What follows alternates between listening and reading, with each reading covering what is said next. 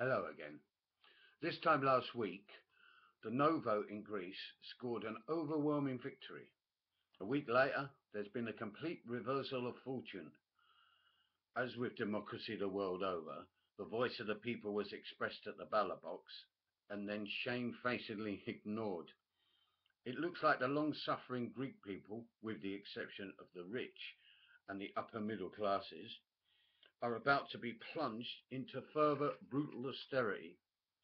It's a form of war, collective punishment, not waged by guns and tanks, but it's capitalism at its most unyielding, raw, and pitiless form. The whole of the Syriza project is finished. After a mere 6 months, the best so-called result is that there will be no Grexit and that Greece will remain in the Eurozone. The whole Greek tragedy, or the immediate lessons from it, demonstrate one obvious thing to me, that whatever the complexion of the government, whether it's social democrat, neoliberal, imposed technocrats, or the likes of Syria's, they have only a limited, partial, and partisan understanding of capitalism and the economy. And it's the same with all these intellectuals and economists. I don't think Syriza have betrayed their voters or the Greek people, well, no more than their predecessors. They just raised false hopes. And even with sections of the Greek anarchist movement, would you believe? And with the likes of Alexis Tsipras, Yanis Varoufakis, and their film star, pop star image, they appeared to be maybe something different. And a lot of people were taken in by it. This was the last chance of a government consisting of Marxist economists, academics, intellectuals to take on the dark economic and political forces that are imposing extreme austerity on their already battered economy.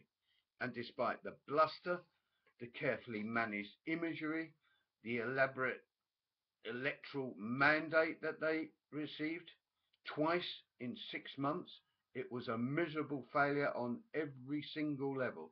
The likes of Varoufakis were playing a massive game of bluff and brinkmanship. But despite their dense, pointy-headed intellectual credentials, they failed miserably.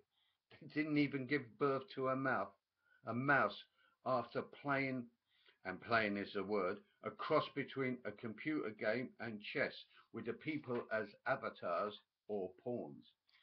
So they turned out to be idols with feet of clay or even mush. It really goes to show one thing.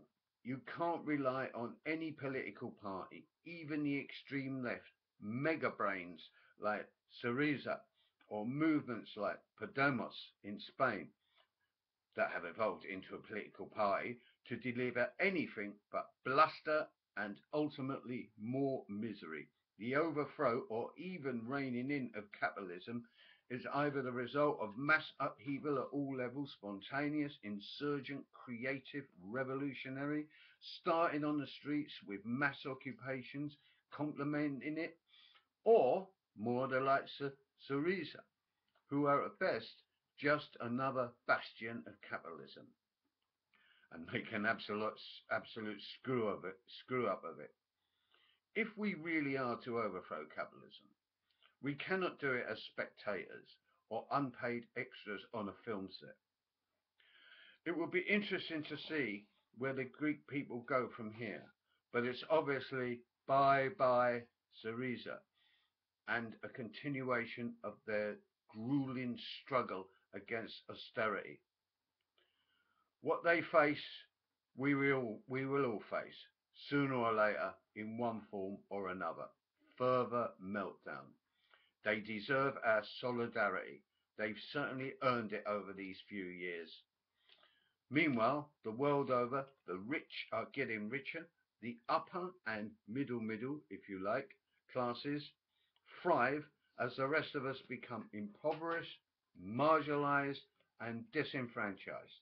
Yet, capitalism is resilient, ever mutating, maintaining its dominance either by stealth or coercion in every aspect of our increasingly beleaguered lives or existences. Protest is no longer enough, even militant protest. The revolution will not be socialist, communist, Leninist, Trotskyist, or anything like that. They lay firmly in the camp of capitalism, just new masters in the waiting, and inefficient, arrogant ones at that. Revolution will have to take a spontaneous shape, erupting from intense class struggle that has very little to do these days with work, but more to do with community and beyond. And it will be the final product of the vast majority of humanity, or it will never happen. Oh yeah, one more thing.